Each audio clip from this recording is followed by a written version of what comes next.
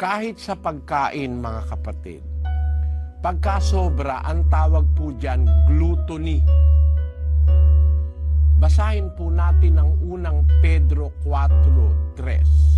Sapagkat sukat na ang nakaraang panahon upang gawin ang hangad ng mga hintil at lumakad sa kalibugan, sa mga masamang pita, sa mga paglalasing, sa mga kalayawan, sa mga kayamuan, at sa kasuklam-suklam na pagsamba sa mga Diyos-Diyosan.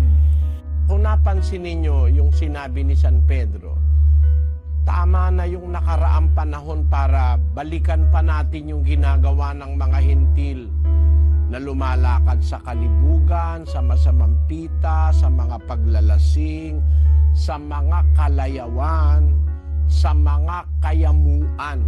Kung mapapansin yung sinasabi ni San Pedro, puro sobra ito eh. Yung kalibugan, it is more than the urge of the flesh. Higit sa normal yon. Pagkakalibugan na lahat na ng lalaki, lahat na ng babae gusto mo. Tapos, yung mga masasamang pita, yung sobra na sa kailangan ng laman mo. Yung pita mo masyadong matindi. Mga paglalasing, lagi na lang lasing. Mga kalayawan, makikita nyo ito mga sobra. Yung kalayawan, sobra yun eh.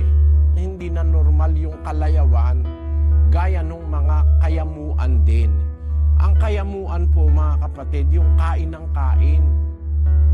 Bawa kumain ka na ng almusal, tapos wala pang 20 minutos, kain ka na naman, kain ka na naman, kain ka ng kain.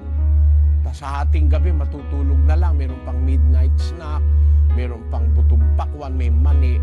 Tataba ka ng gusto, ikaw din ang mapapasama at akihin ka sa puso. Pagka ikaw lagi na lang busog na busog palagi. Ang sabi sa Biblia, yung kayamuan, ang isang kayamuang ginagawa nung iba, yung nasa Kawikaan 23:20.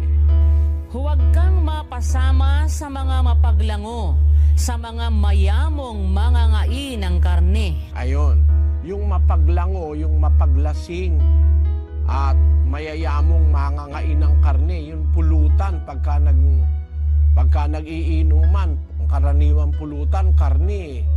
Sabi ng Diyos, huwag kang sasama sa mga mapaglango na mayayamong mangangain ng karne. Hindi naman bawal ang karne.